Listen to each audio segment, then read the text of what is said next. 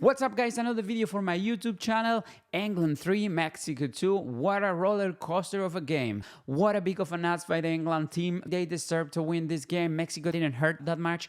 They just tried to go on the wings. I think Kwanzaa was very irresponsible, letting the team just with 10 players on the field. In that particular play, he has the ball control. He doesn't need to go that high on the Mexican player, just hitting with the cleats on the shin at the Mexican player. No need of that, and very irresponsible because the England team has the game control. But with 10 players on the field was different story, right? When you look actually at the data, really Mexico trying to go on the wings. Mora was the guy that he can control the game, trying to play with Quiñones also in the center, but Alvarado and Gallardo, they were also on the wings. Mexico trying to build on the wings, but really didn't hurt as much England, especially when they were with one more player in the field. They went on the wings, but it was really England was just doubling the mark, and it was so easy for them to control them. Even when you look at the crosses, actually, let's just take a look at the crosses. This is actually funny. When you look at the crosses, look at this. And Mexico crosses, look at these tiny arrows right here. This is all Alvarado and Gallardo trying to center and being blocked by fullbacks of England. This was so silly. I mean, they didn't even dribble one single fullback of the England team. It was so easy for England to control. Again, look at these tiny arrows. These are all the crosses that were intended, but they just were blocked by the England fullbacks or the England players, right? So if you look at the try, they were 29 unsuccessful and only 9 successful. Not other than blocking the crosses, but also just the header. You know, the Premier League is just, and the English football is known to be good headers and good at clearance with the balls that are coming up in the air. So really silly by Mexico, not even trying to dribble a single England player, especially with one more player in the field. Really not smart at all. I don't think it was smart by Mexico, actually. But when you look at the defensive block, of course, the England team with one less player in the field, they were really defending. You look at the average, they were nearly the box. They were near the box defending the whole, I would say the whole second half maybe. When they substitute Harry Kane, I think there was a lot of game yet to play. It was very risky to take from the field Harry Kane, because if England has to face the extra time without Harry Kane, that was really something risky by Tuchel. I wouldn't take Harry Kane in the 90s, but you know, at the very end, I have to give him the right because England won the game. But really, I wouldn't have take Harry Kane until the very end of the game. But when you look at the Mexico progressive carries and the progressive passes, look at this. The carries were almost not even in the final third, right? So they were carrying the ball in the midfield.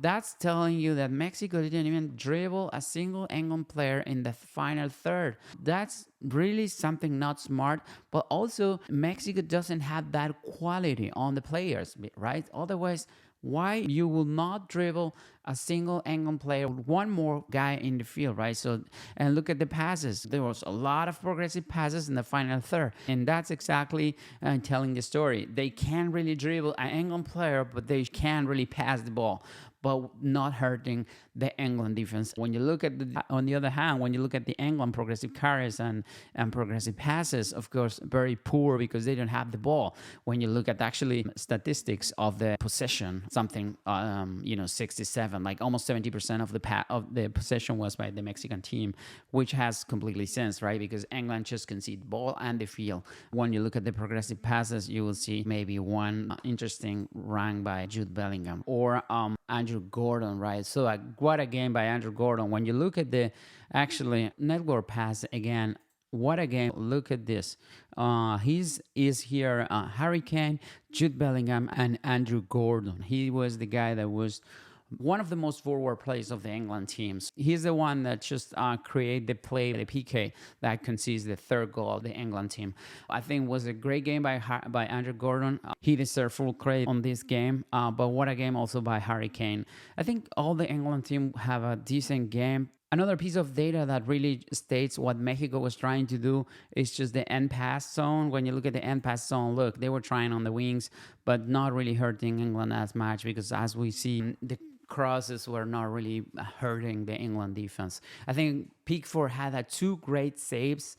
The one header, two headers actually in the first half that were amazing. He was also just clearing a lot of ball up in the air with one punch, like one, two or three in the second half. Very strong performance by Pickford today. I think Mexico just finished his own game because the only player to my I would say the only player that Mexico has that can just change the story of the game was the Colombian Quinones, the Colombian roots. He was the only player that you could say he's going to change the directions of the game. But I don't know why Aguirre just take him out because he scored one goal, but he also can dribble. Quinones was the only player that can find the England defense vulnerable. I don't even know why Aguirre take him out. I think he was the one that has, the key to open the game for Mexico, or at least just to tie the game.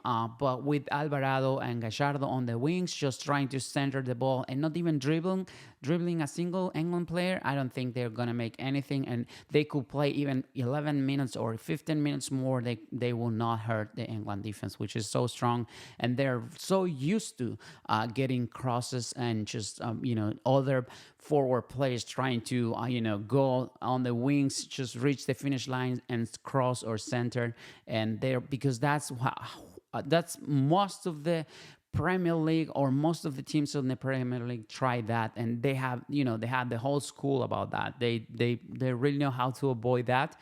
So I think it was very so non-smart by the Mexican team. Really not smart at all by the Mexican team, just trying to go on the wings,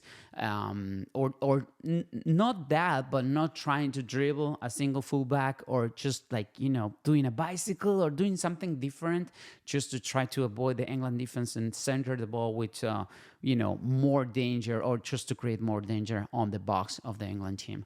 Really strong performance by England in general. I think Tuchel just again, I wouldn't take Harry Kane before the end of the game, even though he had a great game and the England defense was strong. I wouldn't take him out because you never know what's going to happen. This is soccer, and it could end up Mexico tying the game, and you need Harry Kane for an extra time or even PKs if it was needed.